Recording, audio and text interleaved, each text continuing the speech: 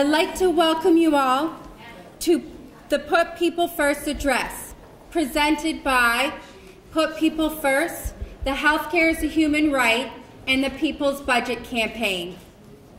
Today, we are here to listen to the Governor Shumlin's budget address and his presentation on the financing of Vermont's healthcare system. And we are here to present our vision, a vision that puts people first. My name is Cindy Perrin. I'm from Barton, and I joined the Put People First because of my own healthcare struggles. I started the Put People First campaign when I had a blood clot in my head. And even though I had insurance, the healthcare system failed me and left me bankrupt.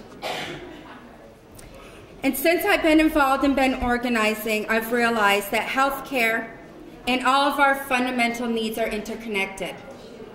In calling for a public policy that puts people first, we, the people of Vermont, are rejecting the myth of scarcity.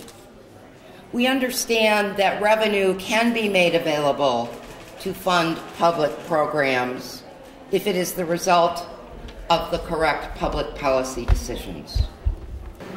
We understand that the call for austerity, belt tightening, if you will, is little more than an effort by the wealthiest to accumulate even more at the expense of those who are the poorest. And we understand that our government can serve us better. By focusing on the power of the people instead of the power of money, our government will serve us better. Yet we have come to expect the opposite in these annual budget addresses. Once again this year, we expect to hear about how limited revenue is and that the most disadvantaged people in our state will have to just tighten those belts, that public services will be further gutted, and that all the growing needs of the people will be met with reduced funding for public programs. We expect to see attempts to pit one group of us against the other, with proposals that shift resources from one need to another, and with proposals that shift the need from focusing on balancing the budget on the backs of poor people to balancing the budget on the backs of even poorer people. And despite looking for the most vulnerable of us to give up more than ever, we expect this budget address to be silent about the inequality of wealth that exists in our state and the shocking levels of poverty that exist.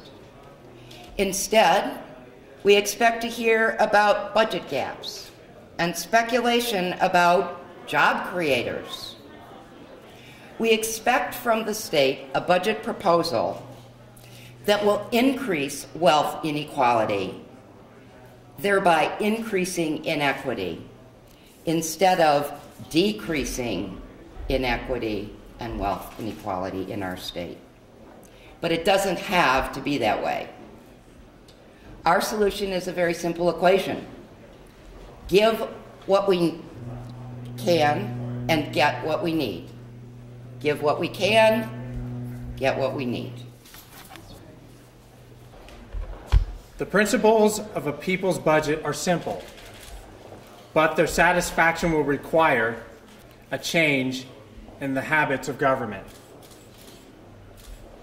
Rather than adjusting the budget to match a revenue estimate, our budget must start with an assessment of people's fundamental needs and then seek to fund the services required to meet those needs. We must also ensure accountability by connecting our budgeting decisions to, number one, specific principles, number two, goals derived from those principles, and meaningful indicators of progress toward achieving our goals, which would be number 3. Finally, our communities must be able to participate fully in setting budget goals and priorities. By means of a people's budget, we will ensure that over time, every person in Vermont will be able to satisfy their fundamental human needs. And no one, I mean no one, in our prosperous state will be forced to suffer the injustice of poverty. Act 48 requires that the governor propose a financing plan for Green Mountain Care this month. Like all elected representatives, our governor always emphasizes minimizing the total cost of the operation of government. As one expects, his focus in healthcare is on controlling costs. While we all know that the elimination of insurance profiteers and other waste will surely save us money, we believe that this focus on costs creates the risk of distraction. We must avoid confusing means with ends. We must remember, as we propose, analyze, evaluate, and debate the financing of Green Mountain Care, that it is the principal goal of our healthcare system not to save money, but it is to protect and care for the health of the people of Vermont. Act 48 requires a healthcare system that is financed publicly and equitably, with sufficient funding to ensure universal access to comprehensive and appropriate care. As the Healthcare is a Human Right campaign has demonstrated in its detailed healthcare system financing proposal, the most equitable way to finance a healthcare system is through progressive taxation. This ensures that financial contributions are based on the ability to pay, rather than on the use of needed care or on the purchase of a particular part of an insurance product. In our healthcare system, as in our people's budget, we should get what we need and give what we can. Though our transition from a healthcare system financed largely through private insurance to a healthcare system that is public, that is a public good, is still several years away, now is the time to begin to set the parameters for implementing equitable financing through progressive taxation, and to plan for the elimination of insurance premiums, deductibles, co-pays, and co-insurance. Woo! Yes. Yeah. We must also continue to progress towards a healthcare system that is rooted in and satisfies the human rights principles of universality, equity, accountability, transparency, and participation. With the passage of Act 48 in 2010, the legislature established a roadmap towards Vermont's universal healthcare system, Green Mountain Care.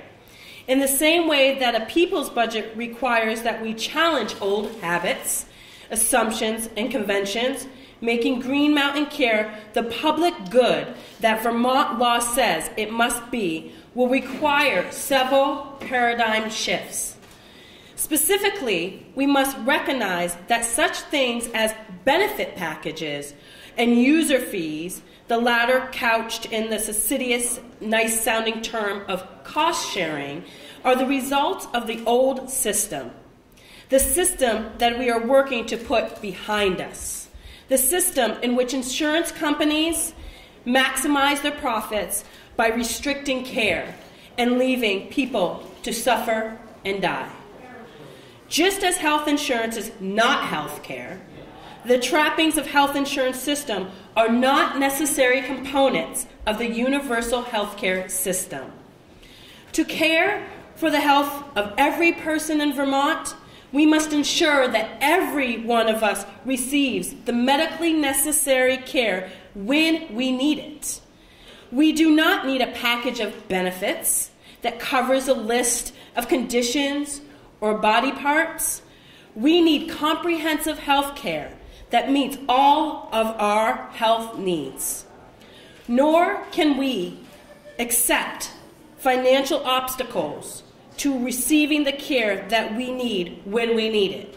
In our healthcare system, as in our people's budget, we should give what we can and get what we need. By means of People's Budget campaign and the Healthcare is a Human Right campaign, among other initiatives, the Put People First movement has challenged our elected representatives to reframe public policy in terms of the human rights that arise from fundamental human needs. We have begun to change public policy and public process by building the political power necessary to make change possible. In the coming year, our focus of equity in our state budget and our healthcare system will challenge our elected representatives to reconsider old assumptions, conventions, and habits. And we will be here to help them engage in that challenge. Yes, we will. In the call to put people first, the people of Vermont are seeking true democracy. With boldness and courage, we will move closer to this goal this year. Now let's get back to work making government that puts people first. Put people first.